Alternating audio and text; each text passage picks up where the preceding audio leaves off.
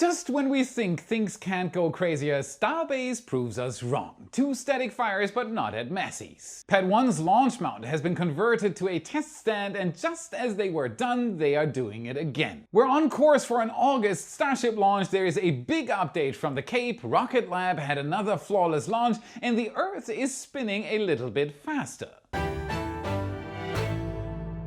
My name is Felix, welcome to What About It, let's dive right in. A lot has happened with SpaceX since we last looked. I've been on a 7,800 mile road trip with my family since July 16th. We traveled to the 2025 X takeover and back, making some friends along the way. But where should we begin today's episode? Crew 11, Booster 13, Air Separation Unit, Ship 37, or that we could have a Starship launch as soon as 2 weeks away? That's what happens when you turn your head away from SpaceX for 3 weeks. Let's start over in Florida. Crew 11 ready for takeoff. Commanders Anna Cartman, pilot Mike Fink, both from NASA, mission specialist Kimija Yui from JAXA, and mission specialist Oleg Platonov from Roscosmos. Or maybe not. A countdown hold in the first launch attempt on July 31st for Crew 11 was called at T-1 minute and 6 seconds until launch. Talk about getting close only to have it ripped out of your hands. SpaceX stated this scrub was due to cloud cover at the launch site. Weather in Florida, especially in summer, is very energetic. Thunderstorms are a daily occurrence. Following this scrub, on Friday, August 1st at 11:43 a.m. Eastern Time, Crew 11 took to the sky, carrying 4 astronauts to the International Space Station. Following stage separation, Falcon 9's second stage continued to burn to orbit while the first stage would return to land.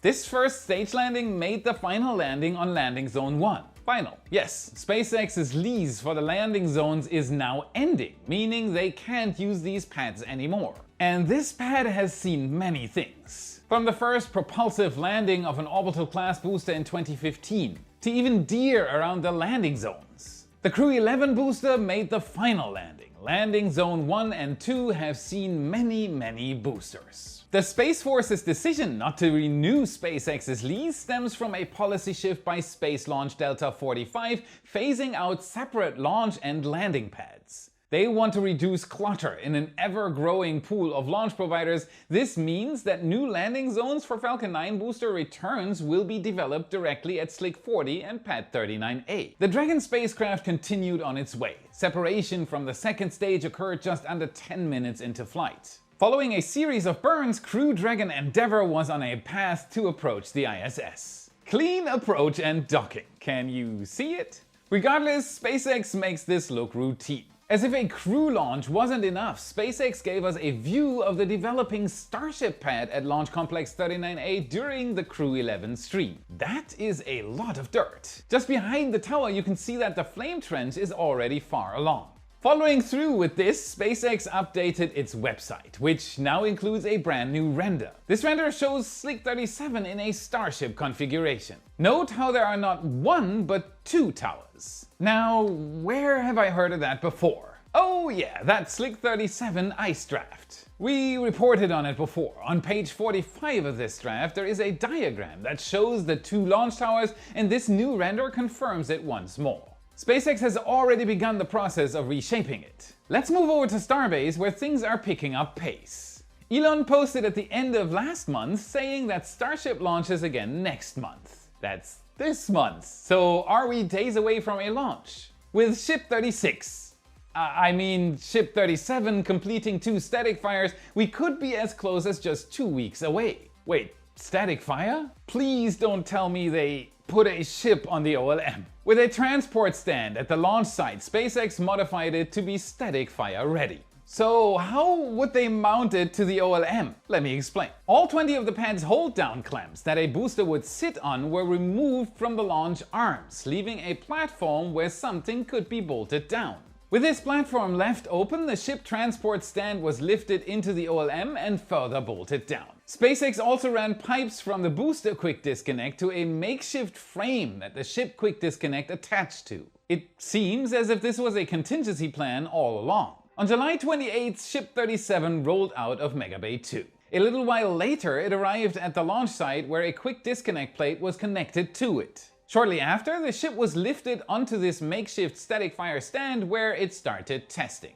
And SpaceX wasted no time getting into testing. With a fuel load that would indicate a single-engine static fire, it was seemingly an abort. It was detanked and the road was reopened. A day later, on July 31st, Ship 37 once again underwent tanking procedures. This countdown went smoothly, with the fuel load once again at single-engine levels. Shortly after, the deluge activated and a single engine was ignited. The deluge is usually meant for 33 engines, so the water didn't even react to this static fire. SpaceX later stated this to be an in-space burn test. It seems that these in-space burns are now a fixed part of the test flow. Alright, I am online constantly, researching, editing, sharing spaceflight updates with all of you, and I've seen firsthand how easily your data can be exposed. As a father, that hits different. I am making sure my family and yours is protected while exploring the digital world, just like we explore the stars. But how do I do it so you can see for yourself? I'm using Surfshark, the sponsor of today's video, as my go-to virtual private network, keeping me and my family's data secure. This private network keeps out anyone who doesn't belong there. You can visualize it like locking your digital door. Surfshark comes with a built-in antivirus to protect you from dangers like Trojan horses, viruses, and data worms. The Surfshark One cybersecurity package is an all-inclusive package and it is easy to use. It effortlessly handles everything for you, including proxy emails, instant alerts, and even helps you with a fresh start if your data was compromised. You can use it on as many devices as you like. A single license protects your entire family. Create a new standard for your family's security. Go to surfshark.com/Felix or use code Felix at checkout to get 4 extra months of Surfshark VPN. The link is in the description and in the pinned comment. Surfshark, your data, your rules. A day later, Ship 37 was fueled again. This time, the fuel load did not stop at a single engine load. It continued to fill up all the way until a fuel load that would indicate a 6-engine static fire. The OLM vent indicated prop load was complete and the lines purged ahead of a test. Then again, the deluge started and the 2 sets of engines ignited. It's fantastic to see a static fire just weeks after the Ship 36 explosion. SpaceX was even nice enough to give us the OLM view. Seems like the stand worked great, but this wasn't the entire story. Before we continue with other news, here's something you can do to help ensure that we can keep reporting these things. Hit the subscribe button to stay informed. Like this video if it brought you value and become a wise supporter for extra content. Secure your access to up to 7 picture galleries per week, satellite, helicopter and ground photos, and 3D animations. Chat with me and gain more insights on the topic you love. Following both of these successful static fires, the chopsticks lowered and Ship 37 was lifted off the OLM and placed back atop its transport stand. It later left the launch site and rolled back to the production site. So far so good, I cannot wait for Flight 10. The ship transport stand, used as a static fire stand, was removed from the orbital launch mount and also rolled back to the production site. Alongside this, all the pipework and frames used for this makeshift ship QD were quickly dismantled so the booster quick disconnect could be used again. Or so we thought. In a turn of events, the modified transport stand once again rolled out to the launch site and was prepped for lifting. Shortly after being prepped, it was lifted atop the OLM again on August 5th. It seems like Ship 37 may be coming out for another round of testing.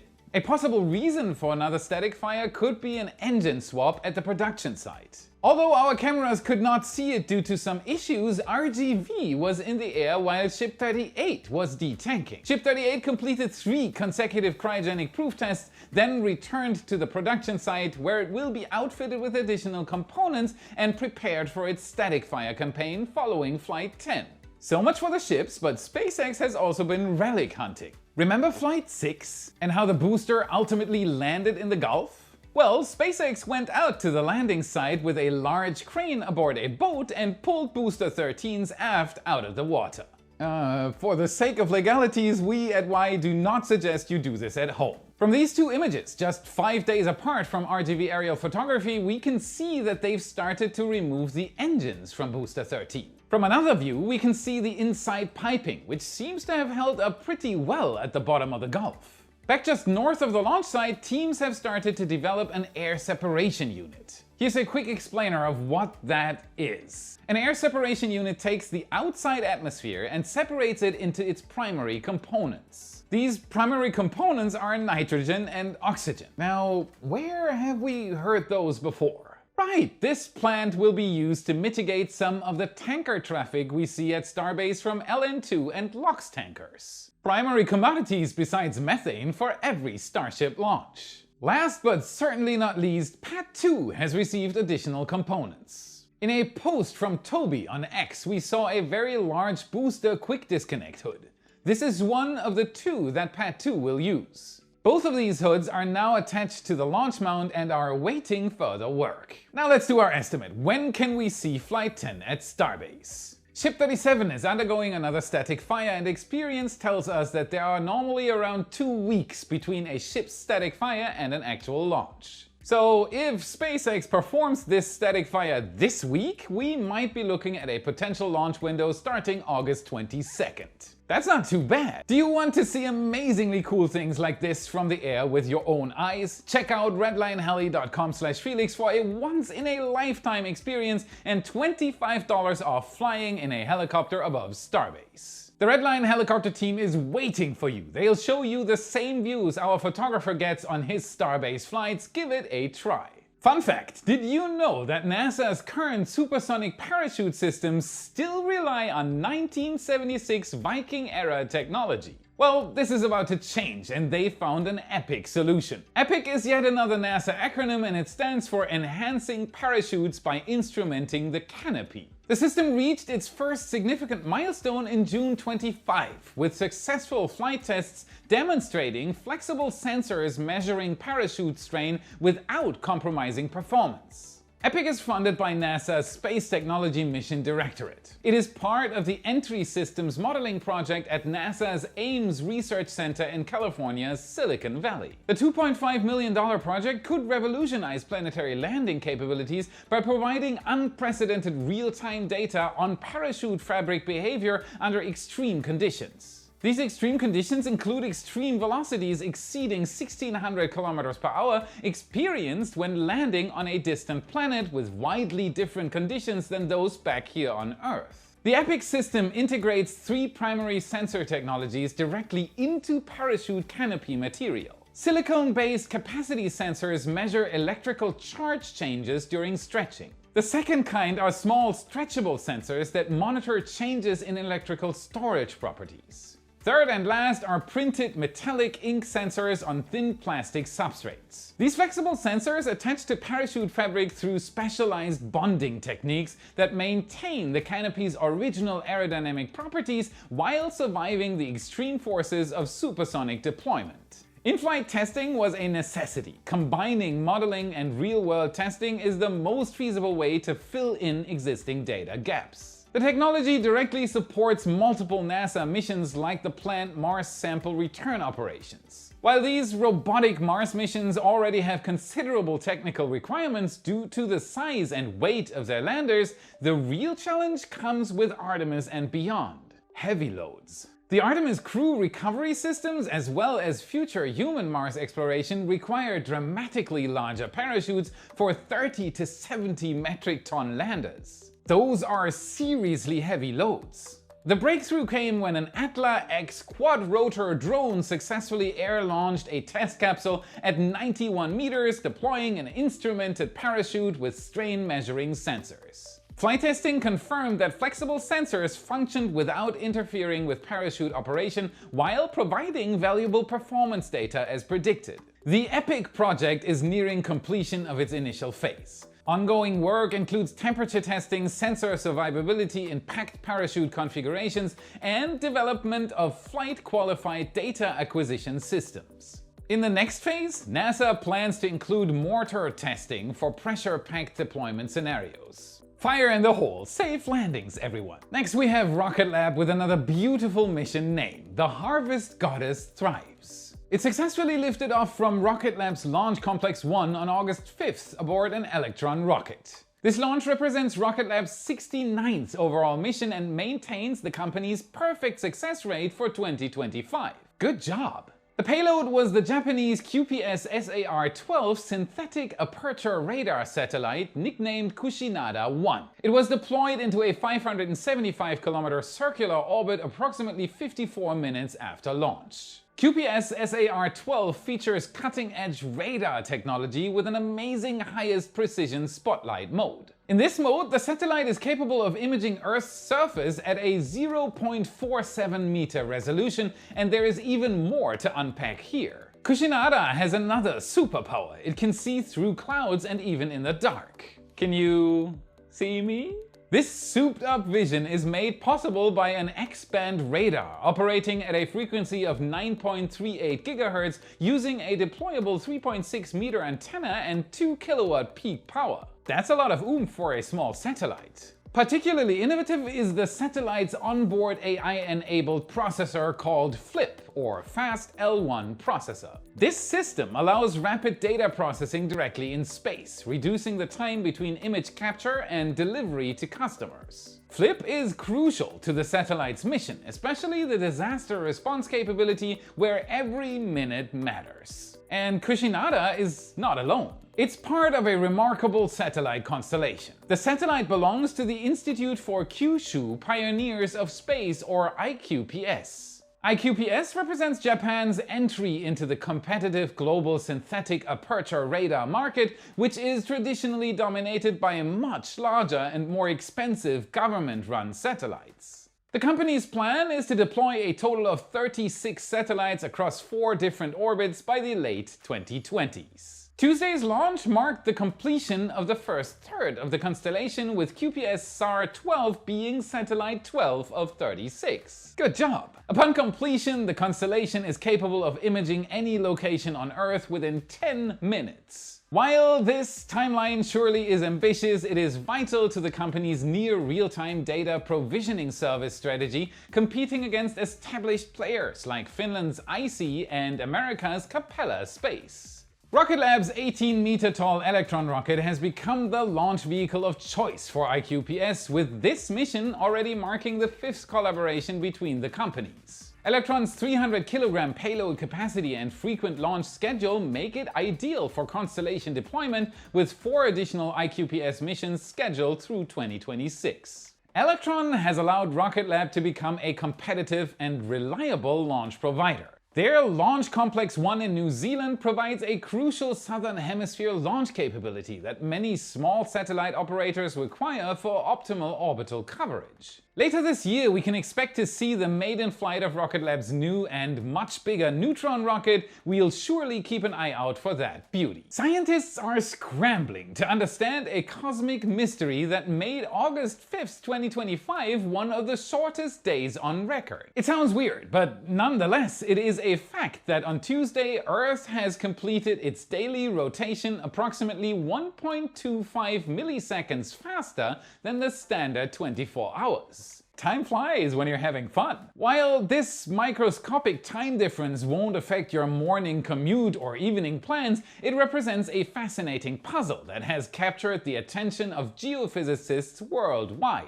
This phenomenon wasn't an isolated incident. Earth has been on an unprecedented speed streak since 2020, consistently breaking its own rotation record. Not too long ago, scientists recorded the shortest day ever when on July 5th, 2024, Earth rotation was completed 1.66 milliseconds faster than usual. This anomaly represents a dramatic shift from historical patterns. From when records began in 1973 after the invention of the atomic clock until 2020, the shortest day ever recorded was 1.05 milliseconds less than 24 hours. Since then, Earth has repeatedly shattered its own speed records, leaving scientists both amazed and perplexed. Is our planet training for the Interstellar Olympics? Go Earth! While multiple factors influence Earth's rotation, the Moon plays a starring role in these recent short days. The mechanism is elegantly simple yet profound. Let me explain.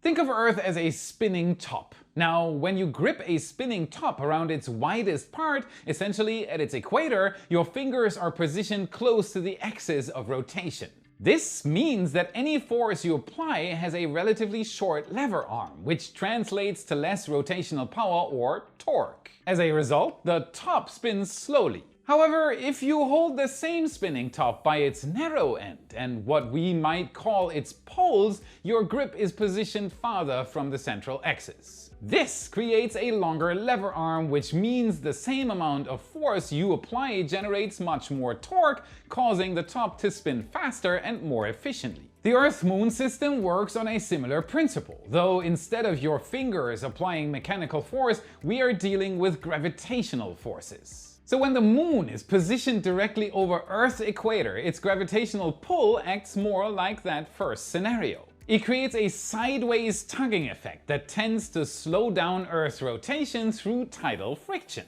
The moon's gravity essentially grabs the equatorial bulge of our planet and drags against it. But the moon's gravitational dance doesn't explain everything. While the shortest term changes in Earth's rotation come from the moon and the tides, there are considerable fluctuations. Several competing theories attempt to explain the broader acceleration trend.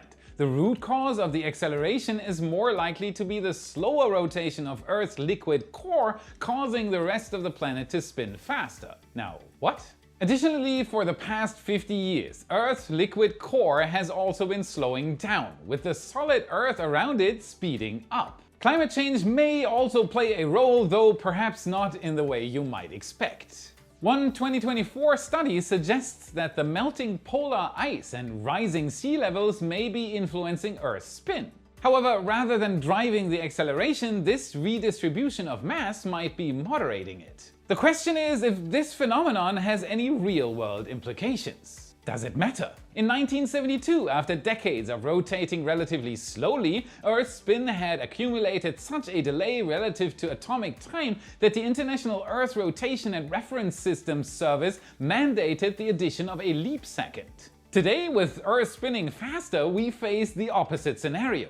If the situation continues through 2029, a so-called negative leap second could be added, for the first time ever. It means nothing less than removing a second from our clocks rather than adding one, creating unprecedented challenges for computer systems and global timekeeping networks. That's it for today. Even with a second missing, smash that like button, subscribe for more. This is what fuels the algorithm, and this is how you can help us for free. Check out our epic shirts in your favorite Space Nerd store. Lots of designs by me and other spaceflight artists. Link is in the description and in the card you should see now.